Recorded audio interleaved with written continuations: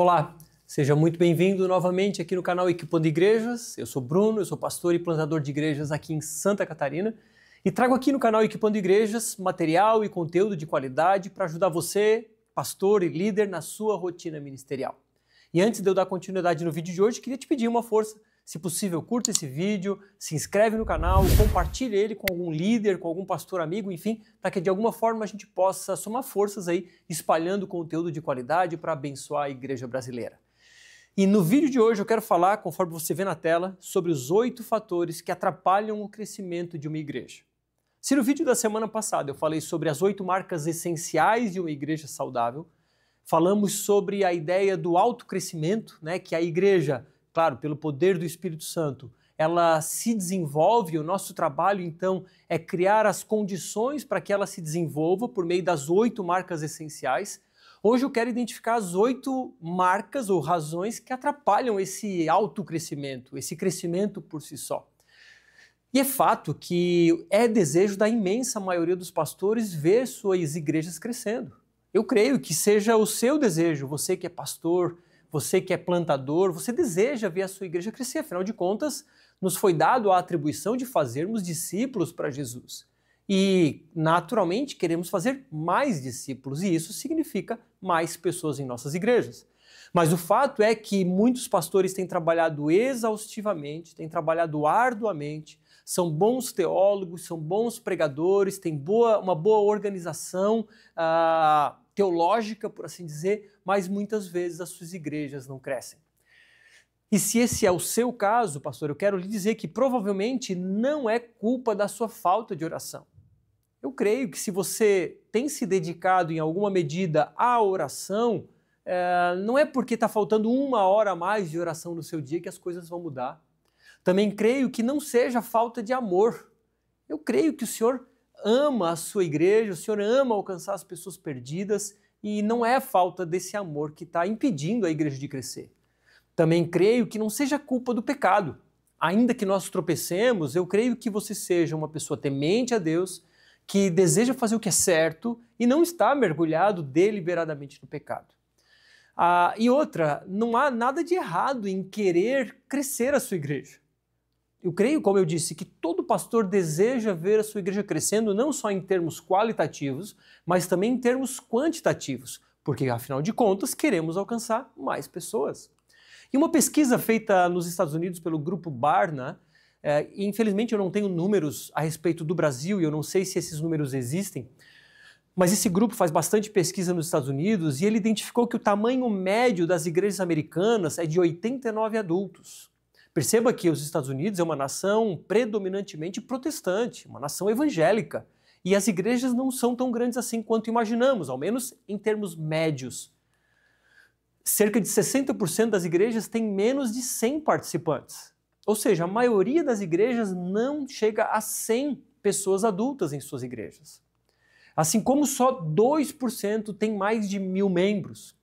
Claro, por conta de mídias sociais, por conta do YouTube, etc., as mega igrejas, elas ficam em evidência e às vezes parece que as nossas igrejas estão muito distantes.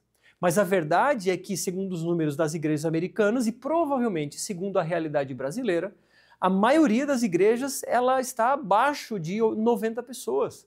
Então eu acredito, você, pastor, líder, que a sua igreja não deva ser tão pequena quanto às vezes parece para você.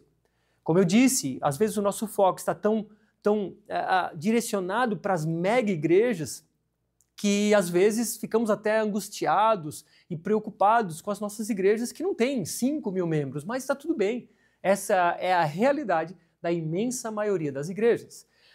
Agora, não é problema desejar que a sua igreja cresça, mas afinal de contas, por quê? Que às vezes as nossas igrejas não crescem. E eu quero aqui partir de alguns pressupostos para depois identificar os fatores que não permitem que as igrejas cresçam. Ou seja, se a sua igreja tem uma boa teologia, você fez um bom seminário, você estuda bons livros, você tem boas referências e ela não cresce. Se a sua igreja tem uma boa missão definida, sólida, você sabe muito bem para o que a igreja existe. Só para você ter uma ideia, a missão da nossa igreja, da Igreja Viva de Criciúma, é que nós queremos ajudar pessoas comuns a serem parecidas com Jesus. É para isso que nós existimos. Espero que, e imagino que você tenha a sua missão muito bem definida. Se a igreja tem uma visão clara, ou seja, se ela sabe onde quer chegar, nós temos a nossa visão e em algum momento eu posso aqui compartilhar com vocês. Se a igreja tem um caminho de discípulo, um caminho do discipulado muito bem definido, e eu tenho um vídeo gravado há semanas atrás a respeito desse tema, vê ali, caminho do discipulado, ou caminho do discípulo. Então a igreja tem uma boa teologia, tem missão sólida, uma visão clara e um caminho para fazer discípulos muito bem estabelecido, mas ainda não cresce. Que fatores estão impedindo aquela igreja de crescer? Vimos no vídeo da semana passada as 8 marcas essenciais, né? E falamos sobre o fator mínimo, que é imagine um balde com pequenas ripas de madeira, e a ripa menor é aquela ripa por qual a água vaza, que é mais ou menos uma analogia às marcas mais deficitárias em nossa igreja. Então, se você não viu o vídeo, vê lá o vídeo da semana passada, que fala sobre o desenvolvimento natural das igrejas. Mas hoje eu quero falar sobre aspectos comportamentais, aspectos organizacionais. Então, as igrejas muitas vezes não crescem porque elas se organizam, elas se comportam, elas lideram e administram como se fossem pequenas organizações. Ainda que sejam pequenas, essas igrejas que querem crescer, elas não mudam os seus sistemas para absorver um crescimento saudável. Elas não se adequam, elas não se preparam de forma organizacionalmente para esse crescimento e por isso não crescem. E por isso às vezes chegam em um platô, diminuem um pouco, voltam a crescer um pouquinho, diminuem de novo e ficam nessa oscilação porque não tem uma estrutura capaz de dar suporte a esse crescimento numérico. Mas sem mais delongas, eu quero então entrar nas 8 razões pelas quais igrejas que desejam crescer permanecem pequenas. E a primeira razão destas é que o pastor é o principal cuidador. A gente sabe que os pastores precisam cuidar das ovelhas ou do rebanho de Cristo. Isso, nós não podemos negar essa atribuição. Nós também sabemos as funções dos pastores e presbíteros, inclusive tem um vídeo também aqui no meu canal há semanas atrás, e eu trago aqui o resumo dele. Os pastores têm a função de cuidar da doutrina, ou seja, pregação, ensino, é nossa responsabilidade. Assim como o discipulado, precisamos fazer discípulos para Cristo. Também é nossa responsabilidade a disciplina para com aquele irmão que está em pecado.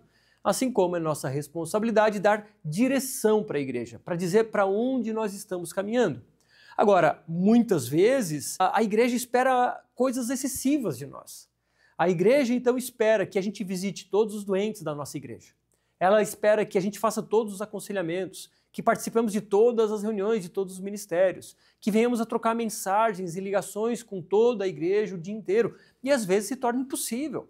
E eu não estou dizendo com isso que o pastor não vai fazer visita aos doentes, não vai aconselhar, não vai fazer funeral, casamento, reuniões, etc. O problema é quando a igreja espera que somente o pastor faça tudo. Essa é uma perspectiva centralizada e essa centralização ela impede que mais pessoas se envolvam. Ela impede o que nós chamamos de sacerdócio de todos os santos. Porque é função de pastores e presbíteros, está lá em Efésios capítulo 4, versos 11 e 12, e também falei isso num vídeo há semanas atrás, que é nossa função equipar os santos para a obra. Por isso precisamos descentralizar, dar atribuições a outras pessoas, para que não fique centralizado somente em nós. Por quê? Igrejas que centralizam apenas no pastor, elas não irão crescer. A segunda razão pela qual a igreja não cresce é que o pastor não possui uma estratégia. O pastor às vezes tem uma missão muito clara, ele sabe o que ele faz, ele sabe para o que a igreja dele nasceu. O pastor tem uma visão muito clara, que ele sabe para onde a igreja está indo. No entanto, às vezes ele se perde no caminho, ele se perde na estratégia, ele se perde no aspecto do como. Como que nós fazemos o que fazemos para alcançar o lugar que nós desejamos alcançar?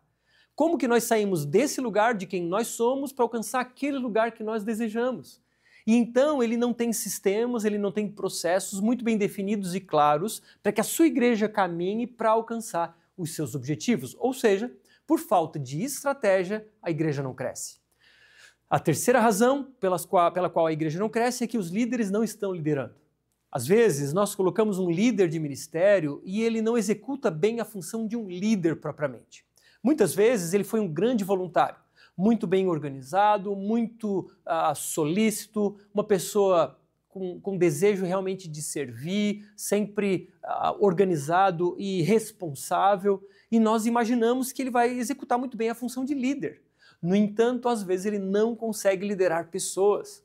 É como que numa empresa você destaca o melhor vendedor e coloca ele sobre gerente sobre os demais vendedores. E às vezes ele não tem a habilidade para gerenciar as demais pessoas. Ele pode ser um bom vendedor, mas não necessariamente será um bom gerente. Às vezes é o que acontece nos nossos ministérios. Um indivíduo é um excepcional voluntário, disciplinado, organizado, pontual e etc. No entanto, ele não consegue liderar outras pessoas. Então, por isso que às vezes colocamos pessoas que são líderes por posição, mas não são líderes como atribuição. E é importante destacar que a função do líder é cuidar dos seus liderados, é desenvolver essas pessoas, é equipar essas pessoas e é empoderar essas pessoas. Mas muitas vezes, esse indivíduo, que é um excepcional cristão, um excepcional voluntário, um servo, mas ele não tem ainda, talvez, desenvolvido as capacidades para cuidar, para desenvolver outros, para equipar ou empoderar. Talvez o ponto é que você ainda não preparou para que ele se tornasse esse líder que ele precisa ser. E ele está na função de líder sem liderar pessoas. A quarta razão pela qual as igrejas não crescem é que os voluntários não são empoderados. Pastores muitas vezes, como eu disse, são centralizadores e querem fazer tudo sozinho. Mas isso é impossível. Nós não vamos dar conta da missão de Cristo se fizermos todo o trabalho sozinho. Nós precisamos de mais pessoas. É negligência da nossa parte não distribuir outras funções, porque Deus deu muita gente para a gente com muitos dons que nós não temos. E à medida em que nós delegamos funções, sobretudo funções que nós não somos bons, para pessoas que são muito boas naquilo, a missão acontece de uma forma muito mais eficiente. Nós temos mais leveza, inclusive, porque delegamos funções que não somos bons e as outras pessoas ficam muito felizes, porque elas estão colocando seus dons em prática. Então, pastores, nós não podemos ter o desejo de querer ser o centro. Não podemos, inclusive, criar uma relação de codependência com as pessoas, em que para pequenas decisões elas precisam perguntar para a gente. Elas precisam ter liberdade para tomar as suas decisões e fazerem o ministério rodar. E essa razão está conectada à quinta razão, que é o microgerenciamento. Essa perspectiva centralizadora que pastores têm muitas vezes impede que as pessoas tomem as suas decisões nos seus ministérios. Por exemplo, o líder, de repente, da limpeza ou algo do gênero, não tem a liberdade para comprar um maço de papel toalha, ele precisa perguntar para o pastor primeiro. E aqui é só um exemplo de um tipo de microgerenciamento que tudo precisa passar pelo pastor. Mas não deveria ser assim. Esse tipo de perspectiva também impede o crescimento da igreja. A sexta razão, o excesso de mensagens no WhatsApp. Você sabe, a nossa vida vai além desse mundo físico. A nossa vida virou virtual. E muitas vezes as nossas demandas, seja no WhatsApp, no YouTube, no Instagram, estão ficando cada vez maiores. É fato que estamos recebendo cada vez mais mensagens no WhatsApp. E por um lado é bom, porque as pessoas conseguem se conectar com a gente. No entanto, receber 50, 60, 70 mensagens por dia passa a não ser saudável para um pastor, que tem todas as outras atribuições a fazer. O problema é que ele cria muitas vezes esse senso de codependência em que ele gosta e que as pessoas busquem-no. Ele gosta que as pessoas procurem ele para tirar suas dúvidas, para perguntar o que fazer, se compram o carro branco ou o carro preto, para saber se elas mudam de emprego ou não. E muitas vezes fazem isso no WhatsApp, sobrecarregando o tempo do pastor e aí diminuindo o tempo que ele tem para as suas verdadeiras atribuições. Então, cuidado. Talvez seja a hora de ter uma secretária ou mais pessoas lhe ajudando a pelo menos filtrar essas mensagens. A sétima razão é o excesso de programas e eventos desconexos. A igreja, então, com uma agenda muito cheia, com muitos programas, como se fosse um cardápio de um restaurante que tem diversas opções, eventos que vão para o norte, outros eventos que vão para o sul, numa completa falta de foco, numa completa falta de colocar as suas energias em poucas coisas para que seja eficiente, e por causa disso os resultados são muito pequenos. porque é muita gente fazendo muita coisa e o resultado acaba sendo pequeno. Nós não conseguimos cumprir a missão pela qual fomos chamados. Porque, como eu disse, uns estão atirando para um lado, outros estão atirando para o outro. E isso acaba gerando, inclusive, concorrência dentro da própria igreja local. Porque uns chamam para o seu evento, outros chamam para o outro evento e fica essa disputa interna. E isso não é saudável. Desse jeito, temos dificuldade em alcançar a nossa visão. Ou seja, precisamos ter uma estratégia muito bem definida, uma estratégia muito bem organizada para que a igreja inteira entenda o caminho. E então tenhamos foco. Porque com foco temos resultado. E a oitava e última razão é a necessidade de agradar a todos. Infelizmente, muitos pastores têm esse senso de não desagradar pessoas. E eles precisam se libertar dessa necessidade. Eles precisam ser líderes corajosos. Assim como pais dizem não para os seus filhos, assim como pais disciplinam os seus filhos, assim como pais não fazem tudo o que seus filhos querem, nós, pastores, também precisamos ser como uma espécie de pai nesse sentido, me entenda bem, por favor. Nós precisamos aprender a dizer não para as pessoas. De repente, ideias mirabolantes que não têm nada a ver com a nossa estratégia. Claro, com muita honestidade e transparência, mas também com muito amor, precisamos acolher aquele irmão que traz a ideia. Talvez seja uma boa ideia, mas tentar mostrar para ele que talvez aquela ideia não seja o melhor momento.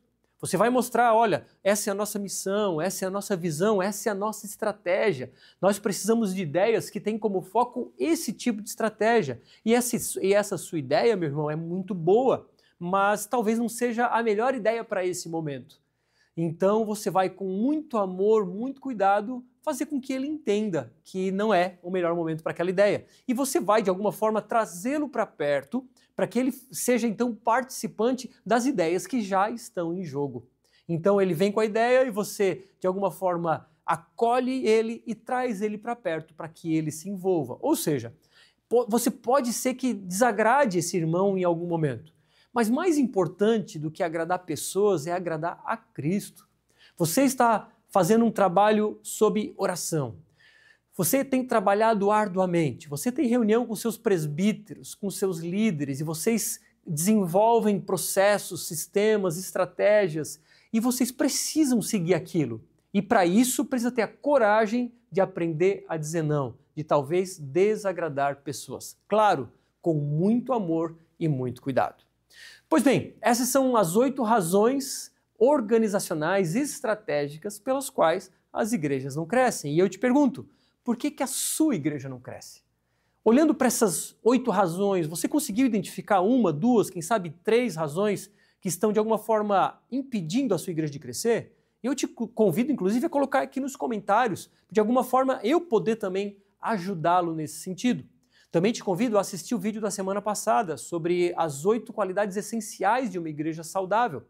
E então, eu te sugiro que tenha um tempo de reflexão, um tempo de oração e um tempo de conversa com outros líderes, com outros pastores da sua própria comunidade local, para juntos identificarem, de repente, algumas razões, sejam essas razões aqui apresentadas nesse vídeo de hoje, ou a falta, de repente, de alguma das 8 qualidades essenciais apresentadas no vídeo da semana passada, para que então vocês estabeleçam um plano e coloquem isso em prática, minimizando assim as perdas. Eu espero que esse conteúdo tenha sido muito edificante para você e eu te peço mais uma vez, curta esse vídeo, se inscreve no canal se ainda não fez, compartilhe esse vídeo com irmãos, com pastores, para que a gente possa aí contribuir de alguma forma com a igreja brasileira. E eu então te encontro não só no Instagram, Equipando Igrejas, mas também aqui no YouTube na semana que vem com mais um vídeo. Deus te abençoe e até lá.